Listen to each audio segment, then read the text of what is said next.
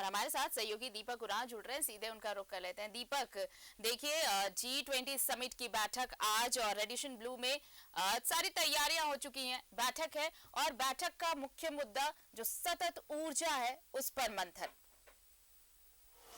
जी बिल्कुल आरती, G20 summit के लिए जैसे ही राजधानी रांची को चयन किया गया था उस वक्त से ही लगातार यहाँ पर तैयारी चल रही थी और तैयारी पूरी हो गई है। आज पहला सत्र का चर्चा होगी, बैठक होगी और इसके लिए जो डेलीगेट्स है, चाहे देश विदेश के जो डेलीगेट्स है वो भारत राजधानी रांची पहुँच चुके हैं। 90 डेलीगेट्स पहुँचे हैं और उस आज जिस तरह से इस समिट का आयोजन होना है रेडिसन ब्लू होटल में, और वहाँ पर तमाम ऐसे विषयों पर चर्चा होगी जो जिससे पूरी देश दुनिया जूझ रही है। खासतौर पर अगर बात करें तो ऊर्जा के क्या विकल्प हो सकता है दुनिया में, इस मुद्दे पर चर्चा होगी। साथ ही साथ पर्यावरण का जो प्रदूषित हो रहा है और उसका व्यापक प्रभाव किस तरह से मनुष्य ही नहीं जीव जंतुओं पर पड़ रहा है, इन तमाम चीज़ों पर चर्चा होगी। क्लाइमेट चेंज, ग्लोबल वार्मिंग जैसी समस्या से पूरी देश दुनिया जूझ रहा है, तो इन तमाम विषयों पर चर्चा होगी और इस का निराकरण किस स्तर से कैसे किया जा सकता है, इन तमाम विषयों पर चर्चा होगी।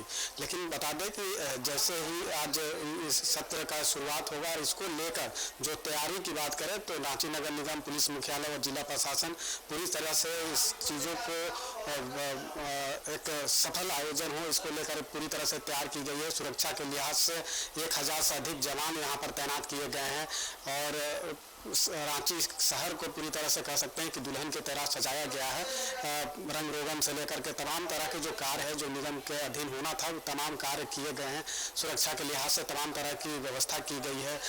पंजाबी हिंदू बिरादरी का जो भवन है उसे मॉनिटरिंग रूम बनाया गया है, कंट्रोल रूम बनाया गया है और वहीं से तमाम सुरक्षा के जो व्यवस्था की गई है उसकी मॉनिटरिंग वहाँ से की जा रही है। तो तमाम तरह की तैयारी की गई है और 5 IAS 5 IPS को इस पूरा आयोजन की देखरेख के लिए तैनात किया गया है और जो मुख्य सचिव है वो खुद इसकी मॉनिटरिंग कर रहे हैं। तो कह सकते हैं कि तमाम तरह की जो तैयारी है वो पूरी हो गई है। डेलीगेट्स भी अब राजधानी रांची पहुंच चुके हैं और इन लोगों के लिए रहने खाने तमाम तरह की जो व्यवस्था है वो पूरी तरह से जिला प्रशासन इसको देख रही है। और कल जैसे ही जो डेलीगेट्स जो खास तौर पर बात करें तो जो विदेशी मेहमान रांची एयरपोर्ट पहुंच रहे थे तो उसका जो स्वागत है वो पारंपरिक जो झारखंड का जो पारंपरिक व्यवस्था है उसके तहत की गई है। तो कह सकते हैं कि झारखंड के लिए यह गर्व की बात है कि इस तरह का आयोजन राजधानी रांची में हो रहा है और इसके लिए यहाँ के लोग भी काफ़ी उत्साहित है। अब जब चर्चा होगी तो चर्चा में क्या क्या चीज़ें सामने आता है इस पर सबकी निगाहें हैं और सब ये जानना चाहेंगे कि आखिर उस चर्चा में क्या क्या, चूँकि ग्लोबल समिट के बारे में जैसे ही राजधानी रांची को चयन किया गया था ग्लोबल समिट यहाँ पे होना है तो लोगों को ये नहीं समझ में आ रहा था कि हाँ ग्लोबल समिट का विषय वस्तु क्या होगा। तो लोग यही समझ रहे थे कि अगर इसे चयन किया गया है तो ये झारखंड के लिए गौरव की बात है। और जिस तरह से तैयारी यहाँ पे की जा रही थी, काफ़ी जोरों शोरों से तैयारी चल रही थी, पूरी तरह से शहर को दुल्हन की तरह सजाया जा रहा था। विधि व्यवस्था को तमाम तरह के जो व्यवस्था है उसकी देखरेख की जा रही थी। चूँकि अभी जिस तरह से राजधानी रांची में 3 फ्लाईओवर का निर्माण हो रहा है और इसकी वजह से ट्रैफिक व्यवस्था पूरी तरह से चरमरा गई है। अब ऐसे में जब इस शहर के जो मुख्य सड़क है जो VIP सड़क माना जाता है हरनी बाईपास रोड, और वहाँ से डेलीगेट्स आएंगे तो जाहिर सी बात है कि इस रास्ते को आम लोगों के लिए ब्लॉक कर दिया जाएगा। तो ऐसे में लोगों की जो चित्रकला, जो पेंटिंग्स जो दीवारों पर उकेरी गई थी वो देखकर मेहमानों ने काफी उनकी प्रशंसा भी की, सराहना भी की।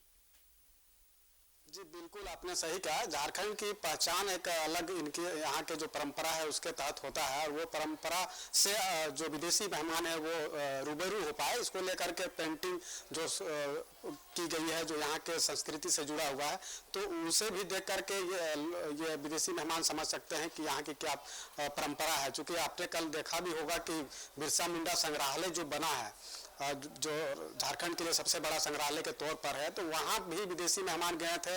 बिरसा मुंडा के जीवनी, उनका रहन सहन क्या किस तरह से था, कैसे आंदोलन की रूपरेखा उन्होंने तय की थी, तमाम चीज़ों को जानने के लिए बिरसा मुंडा संग्रहालय भी विदेशी मेहमान पहुँचे थे और तमाम चीज़ों को देखा था कि किस तरह से यहाँ पे व्यवस्था की गई है, क्या कुछ है।